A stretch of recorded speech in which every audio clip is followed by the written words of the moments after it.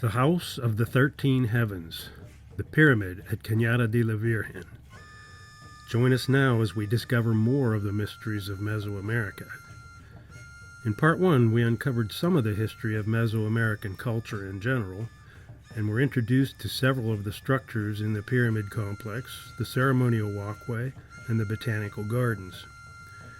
In Part 2, our anthropologist guide, Albert Coffey, will reveal many of the mysteries unearthed at the House of the Wind, the House of the Longest Night, the sunken patio, and the area believed to be the ball court. He will then dig deeper into the mysteries hidden into the pyramid itself, the House of the 13 Heavens. Throughout this presentation, you will find many references to the 10 characteristics shared by all Mesoamerican cultures, but also to peculiarities which make Cañada de la Virgen unique among the pyramids of the Western world. As we proceed, watch for Albert's references to evidence of human and animal sacrifice, pyramid building, a complex calendar based on celestial observations and agricultural cycles, a complex pantheon of gods and goddesses manifested as the sun, the moon, the planets, the constellations, the sacred landscape, and the forces of nature. These deities are reincarnated as the ruling class. A religion based on ancestor worship. Physical alteration, that being the dramatic alteration of one's physical appearance, most notably cranial deformation among the elite. Bark paper codexes describing the dynastic information, astronomy, and religion. Long-distance trade, the Mesoamerican ball game, and a diet based on the three sisters, corn, squash, and beans. We saw evidence of these in Part 1, and will learn even more in Part 2. The pyramid complex is located about 15 miles or 25 kilometers from San Miguel de Allende in the Mexican state of Guanajuato. The Laja River forms a ring around the mesa, which served as a great defensive barrier during times of war. Coming from the symbolic underworld at the bottom of the canyon, visitors would rise up into the heavens via the causeway, bringing gifts and tribute to the elite priests who lived there and were considered the gods incarnated.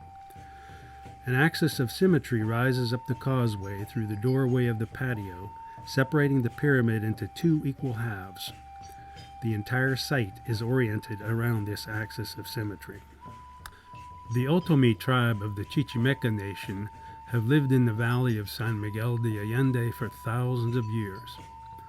One of the early complex cultures of Mesoamerica, the Otomi were likely the original inhabitants of the central Mexican Altiplano, but gradually they were replaced and marginalized by Nahua peoples.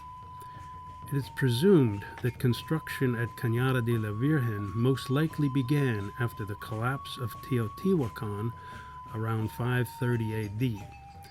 The Otomi were avid sky watchers and passed information down from generation to generation.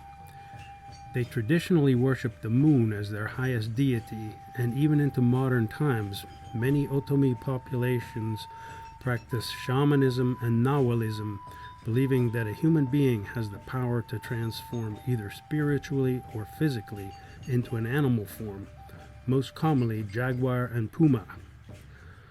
The site was ruled by the sun, Venus, and the moon, as demonstrated by archaeological astronomy studies by the National Institute of Anthropology and History.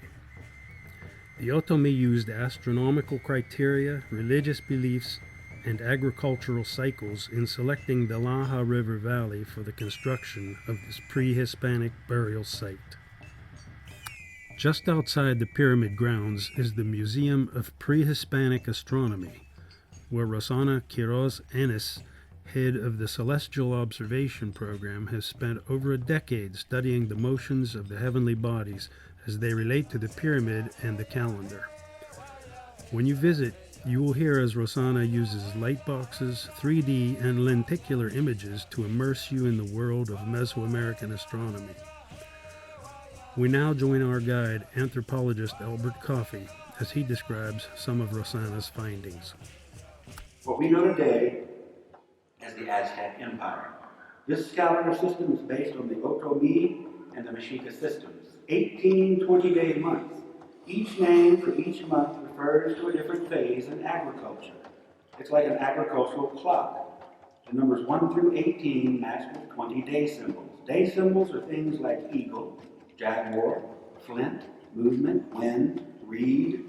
When matched with numbers in different combinations, it's like a horoscope. The combination of numbers and symbols on any given day dictates that day's meaning and energy, the deity that oversees that day. Everything was strictly marked out by a calendar system, dictated every aspect of life and death. But 18 times 20 is only 360. They placed 5 days on the end, leading up to today, March 4th, that completed the full cycle. Those last 5 days were considered unlucky days. They called them dupa. But on March 4th and October 9th, the sun sets into the pyramid, marking the beginning and the end of the longer rainy season when the climate was wetter and cooler. Everything around us used to be a gallery forest, a very dense forest, and there was more rain. There were even jaguars here then. Then between 1050 and 1100 AD, a climate shift happened, switched to more arid. A long-term drought took place, causing hunters and gatherers to move down from the north, attacking the pyramid builders for their extra food, pushing them further south. They were known as the Chichimecs. Technically, we're what's called the Chichimec Highlands. That's who the Spanish encountered when they first got here. These fierce-fighting, guerrilla-style warriors who were semi-nomadic hunters and gatherers known as the Chichimecs. But these people, the pyramid builders, created this system. March 4th and October 9th, the sun enters the pyramid. But on both equinoxes, and these two dates, at intervals of 19 years, the full moon enters the pyramid. But that's what makes this so unique. Lunar and solar. But there's one more component. It's called the ritual calendar. The Maya and Guatemala, mainly the Quiche of Guatemala, are still maintaining this system they call the Sotin. It's the ritual calendar. 260 days, the numbers 1 through 13 match with 20 day symbols. 260 days is about the time it takes for human gestation, the time between zenith passages of the sun over southern Mexico, the time it takes to get 2 corn crops in a season. We believe that they were basing their calendars on these natural processes. We don't believe it, we know it. But if you place the smaller ritual wheel inside of the other, like one gear fit inside of another, it turns around inside, matching up numbers and symbols, it gets around the same spot, and the same combination of numbers and symbols starts to repeat every 52 years. So that's the 52-year cycle. The 3 most important numbers in the calendar system I want you to remember are 13, 20, and 52. Because later I'm going to show you the way those 3 numbers are incorporated into the way that the main pyramid relates to the setting sun. This is something the archaeoastronomer discovered through her doctoral research that was only published recently. She calls it Cañada de la Virgen, Refugio de los Muertos y los Ancestros, or Refuge of the Dead and the Ancestors. She named it that partially because of the site's western orientation. Most ceremonial centers in this part of the world are oriented towards the east and the rising sun and moon. In this case, it's the that's Teotihuacan too. But this one is oriented towards the west and the setting sun and moon. The land of the dead being the western horizon, also known as the entryway to the underworld. She believes the priests that lived here may have been what we call a cult of the dead, dedicated to honoring the deceased in the underworld, partially because of that western orientation. This image was found painted in a bowl as an offering for one of the burials. They call it the sun and the 7 moons of the Otomi. The number 7 was important to the Otomi people. Their ordering of the cosmos included 7 levels, 3 above, 1 earthly plane, and 3 below. The usual Mesoamerican vision of the cosmos included 13 levels for the heavens and 9 levels for the underworld. Between the 8th and 9th levels of the underworld, they believed there to be a river that could not be crossed unless you were accompanied by a canine. And that's the Mesoamerican equivalent of the river Styx of Greece. Every human burial discovered at this site was accompanied by at least 1 canine, whether that be the Xole Squeedle, which is the ancestor of the Mexican hairless, the regular domestic dog, or the coyote, guides through the darkness of the underworld. On the top of the main pyramid, looking straight to the north, perfectly aligned, is this little round hill on the horizon. this building is capturing the shape of that little hill, and just above it in the sky is the North Star, and the celestial pole and the stars spinning around it. So they took the spinning of the stars in that little hill and replicated it right here. That's a place in the sky that they called the place where the sky turns, and that is like a tunnel, they believe, through which you go when you die, associated with the god Tezcatlipoca, or smoking mirror, the god of deceit, sorcery, darkness, death, and the underworld. But on the other side of that is Quetzalcoatl, the feathered serpent, the god of light, life, artistry, the wind, and knowledge. So this is duality. Duality is always present in Mesoamerican art, architecture, and religion. For example, in the form of the patio pyramid combination, they call this feminine patio earth cave, masculine temple mountain sky, underworld and heavens, inside and out, male and female, light and dark, night and day, sun and moon. Duality was always present. They believe that humans actually originated in a watery underworld they referred to as the place of duality. So duality will be a theme that is repeated as we continue. She spent almost 10 full years of continual photographic documentation and visual observation, determining how the main pyramid relates to the setting sun and moon. So she determined recently the way the three most important numbers in the calendar system are incorporated into the way the main pyramid relates to the setting sun and moon. When viewed from the center of the patio on to the west, the sun sets on the western horizon, going from summer to winter solstice throughout the year, back and forth. When it gets to winter solstice, it slows down and stops and on its way back, sets onto each of these corners every 20 days. From one side of the temple to the other, 52, and 13 from the top tier to the bottom on this side.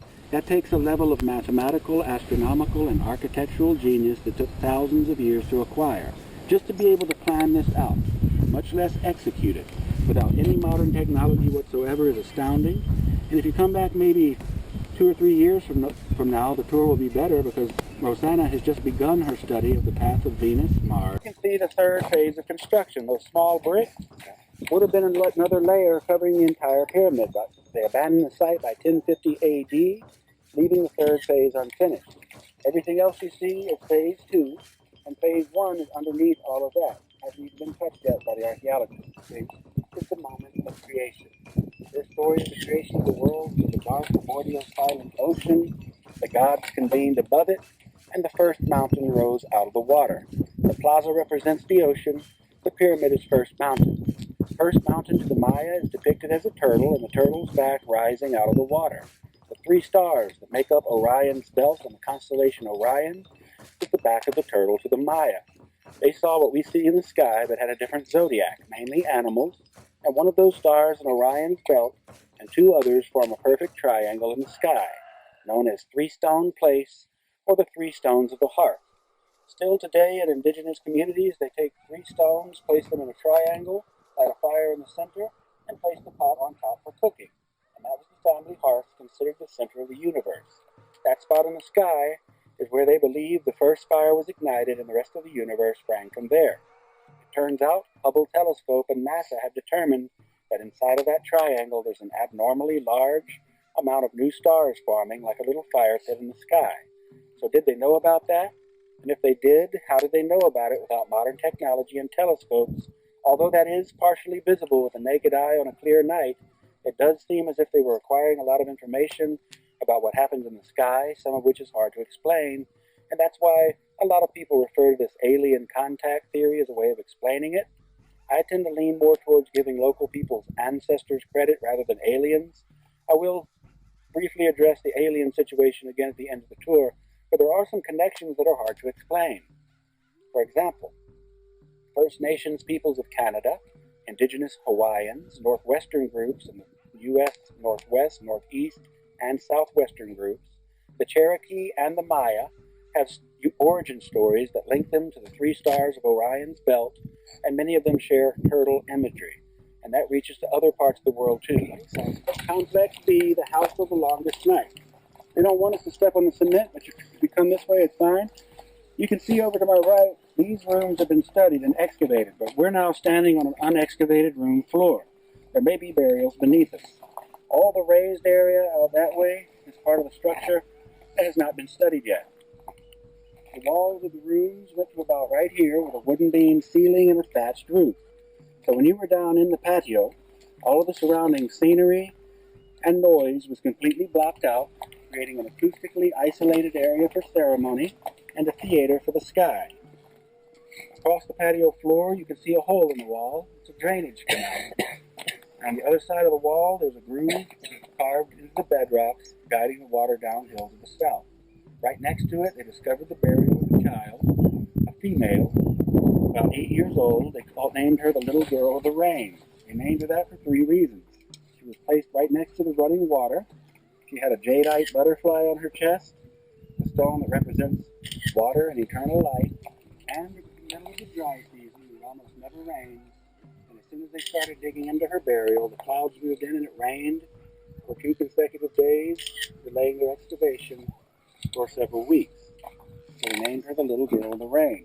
They're not letting us go into this patio right now because they're restoring parts of it, but on that sign down there you can see another skeleton depicted. He is known as El Decapitado, the decapitated one. He was decapitated post-mortem, missing his hands and feet. He was abnormally tall, almost 5.5 feet, about a foot taller than average. Average height was only 4.5 feet. Average life expectancy only 45 years. But he was found in the floor of the room adjacent to the pyramid itself. And the pyramid is so unique, only 2 like it have ever been discovered.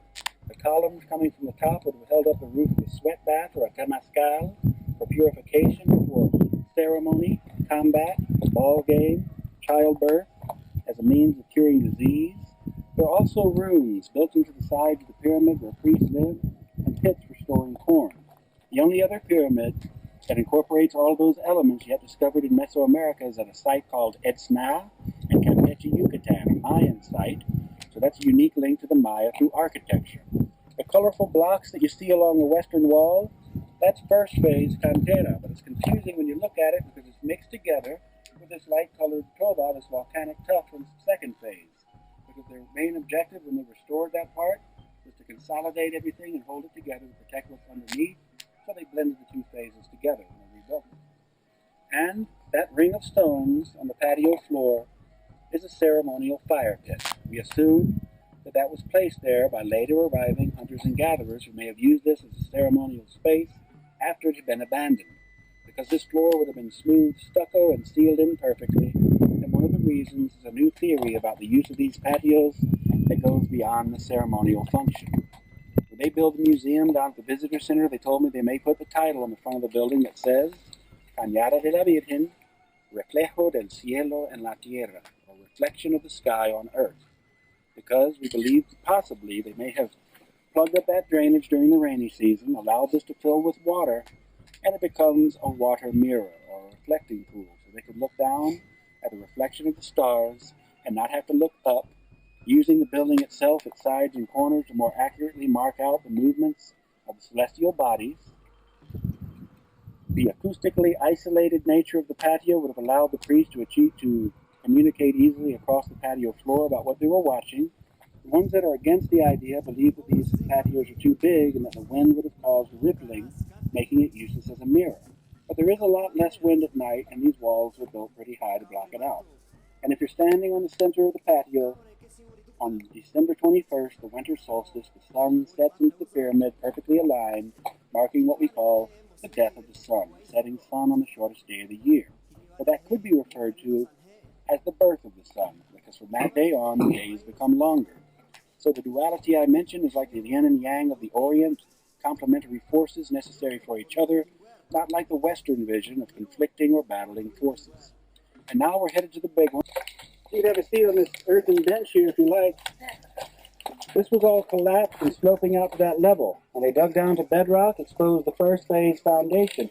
Can you imagine carrying a block that size on your back, from some cases from beyond the horizon, working it into that shape using other abrasive stones, no metal tools and machines? It took a lot of people to do this work. We just don't have numbers for population, because most of the evidence for the common people was washed away because of deforestation and erosion. We know it was a dense population, though. And I'm about to tell you what's under that sign and under the floor of room 3. But before I do that, I'm going to tell you what we think may be under those trees behind you.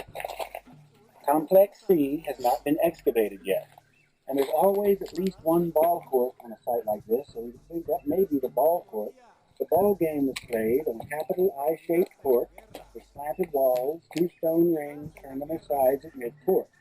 They bounced a dense rubber ball off of their hips, thighs, and elbows, rubber from the rubber trees of Veracruz. Trying to get the ball through the ring, we know, is one of the objectives, but it was probably more of a depiction of the movement of the sun and moon, or light versus dark.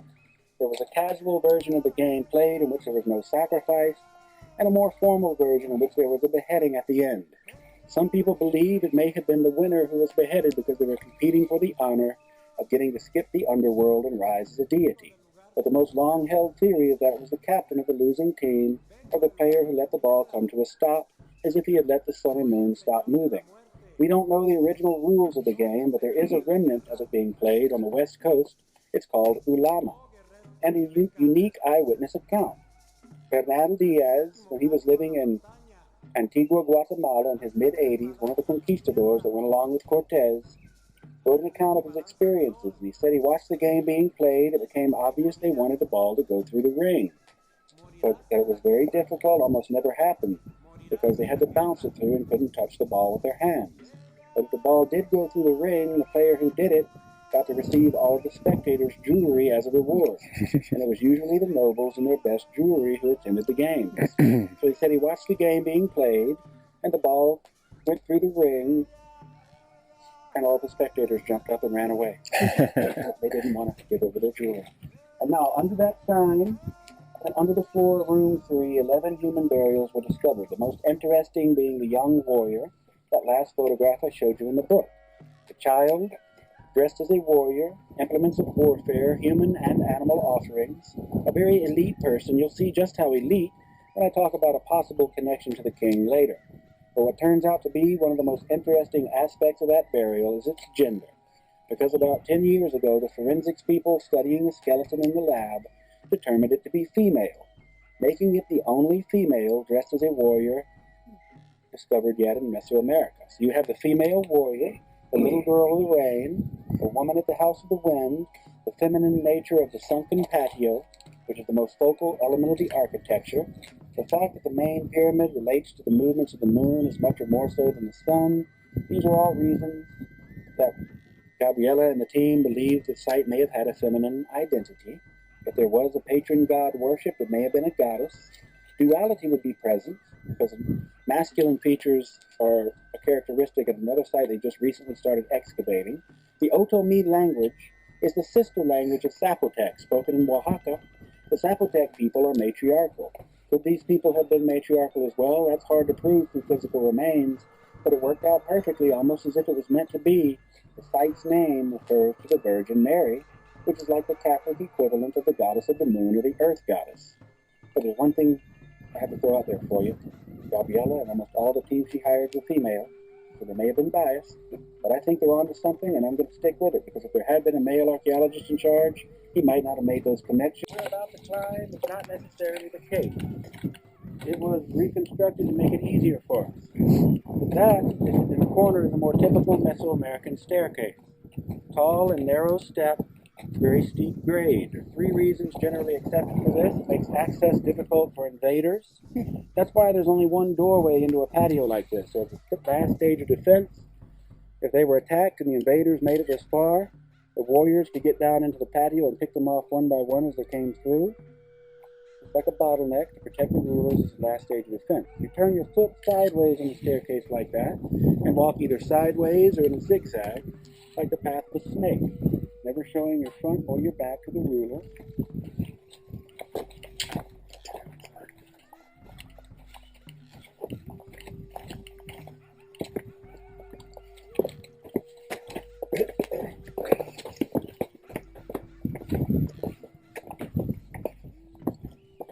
Now you notice the sun doesn't look like it's in a line properly to the top of the pyramid like I've been telling you today, but it doesn't come straight down. It comes down at an angle and will arrive right where all those kids are standing, right at the top, tonight at around 7 p.m. And by the way, shadows were very important. And throughout the year, the shadow of the pyramid as it hits the patio floor as the sun sets, moves back and forth across the patio floor. And if you can imagine a priest standing with his back to the sun, placing a stone where his shadow hits on certain dates, creating a miniature version, and then etched into stone or engraved or drawn out, they would make a little model before they would build the real thing. You can discover models like that at other sites in the area.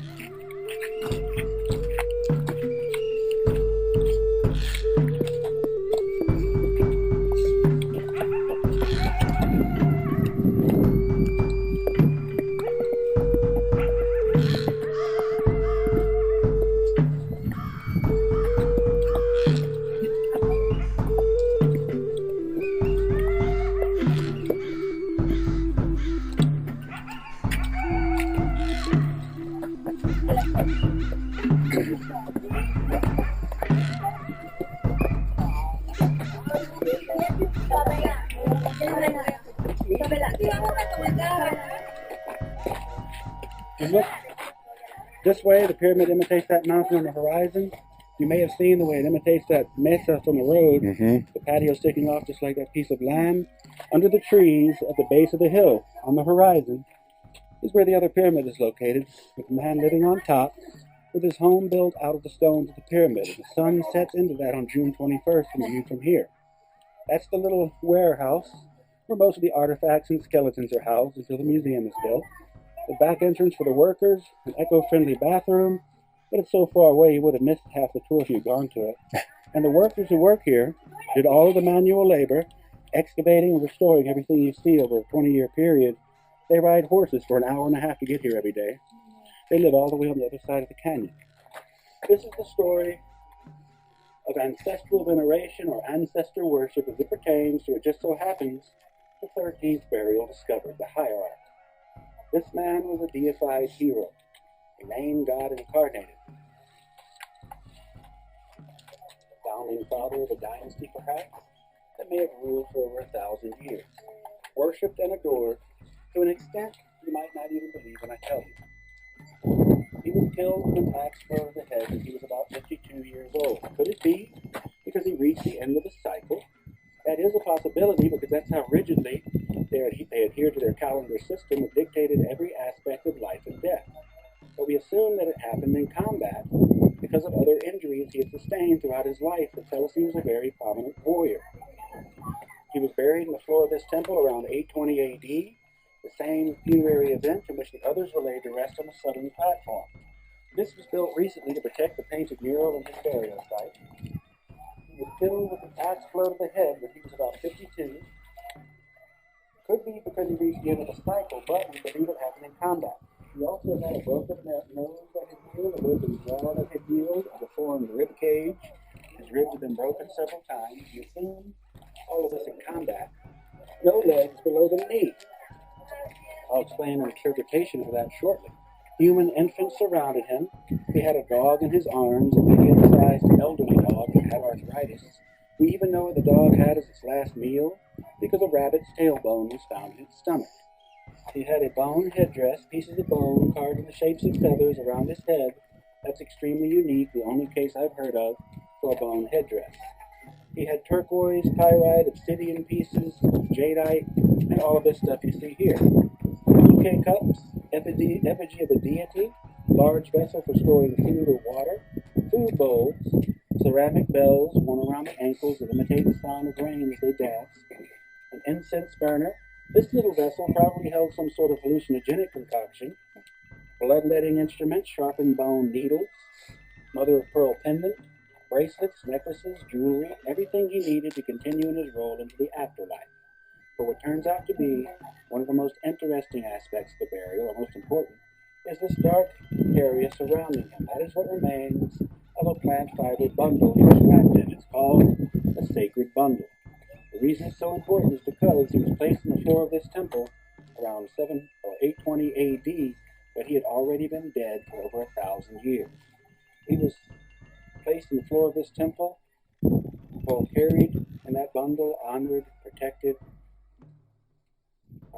like a relic, possibly brought on a long migration, then finally planted like a seed in the sacred mountain that is the pyramid itself. Just like the sun and moon set themselves into the sacred mountain, being the pyramid, on certain dates when viewed from the patio floor, he may have been considered the god of the sun incarnate, planted like a seed into the temple, and that was believed to bring about fertility, abundant crops for his people, like a blessing for the earth. The ruler was buried like that. When they got the carbon-14 dates back from the burial, they didn't believe the results. They thought they contaminated the sample. So they sent one to London, one to New York, and one to Mexico City, and all three labs confirmed he had been dead as early as 770 BC. That's all the way back into the pre-classic period when the Olmec, or the mother culture, was still the main power. It turns out the young warrior on the southern platform, the female warrior, had been dead for over 400 years before her burial, possibly dressed as a warrior because she was his direct descendant. He may have been one of the founders of the dynasty. These may have been his descendants overthrown after an internal revolt. They haven't done the DNA testing yet to prove how these people were related, but it's almost always the case at a site like this that burials are related to each other in some way. So why did he have no legs? Well, this may be, before I continue, this may be one of the most important people who ever lived for the ones who built the site. And this is another theory. He may be the only case for mummification yet discovered in Mexico because he was laid out anatomically correct, which means he had to have had tissue holding him together. Whereas a lot of these sacred bundles had the bones out of context, wrapped up tightly, he was laid out anatomically correct. So we don't know, that might be the case. So why did he have no legs below the knee? Well, here's an interpretation. As if he were a tree taking root into his homeland. So we believe that possibly, in order to honor him, he may have been severed at the knee and his lower legs and feet planted in his homeland, so that figuratively he would always be planted where he came from, which again may be Oaxaca. Because in the codices that come from Oaxaca, they show people carrying bundles with skulls coming out during long processions. The Aztecs did it too. As they migrated, they carried their dead within these bundles. And when the Spanish saw it happening, they asked them, "What are you carrying in those bundles that's so important?" And the Aztecs responded, "These are our gods." And the Spanish thought, "Oh, a piece of jade or something to carry." But what they meant were the bones of their ancestors, who to them were the gods incarnated. And you can see a codex page right over here. This is from the Codex Borgia. This is now in the Vatican. It shows the Mixtec vision of the temple. This was produced maybe in the 14th century. Levels above like the heavens, levels below like the underworld, deities associated with each level. Numerology worked into it, sacred numerology. At least 200 deities have been identified in the Mesoamerican pantheon, true polytheism. You can see some of them hovering about the temple. This is a sacrifice taking place, a sacrificial stone. The body is laid over it. Less than 30 years after Columbus reached the New World, when the Spanish arrived in great numbers, they were likely outraged and disgusted with the bloodletting and human sacrifice rituals they encountered. They determined to set about either converting or killing the natives. Ultimately, by 1521, the horses, the steel weapons, gunpowder, and diseases wiped out 90% of the native population. Ongoing studies of the architecture, associated astronomical observations, and the artifacts and genetic studies of the humans who lived here are constantly leading to new discoveries and realizations about the mysteries surrounding this culture and Mesoamerican culture in general. Each time you visit, there will be new information added to the presentation. So when you're traveling in Mexico, be sure to experience the mysteries of the pyramid, the House of the 13 Heavens, and the Pre-Hispanic Astronomy Museum at Cañada de la Virgen at San Miguel de Allende in Guanajuato. In one of the best-selling travel books of all time, Innocents Abroad, Mark Twain wrote of his travels through Europe and the Holy Land 150 years ago. His thoughts are ever more pertinent today.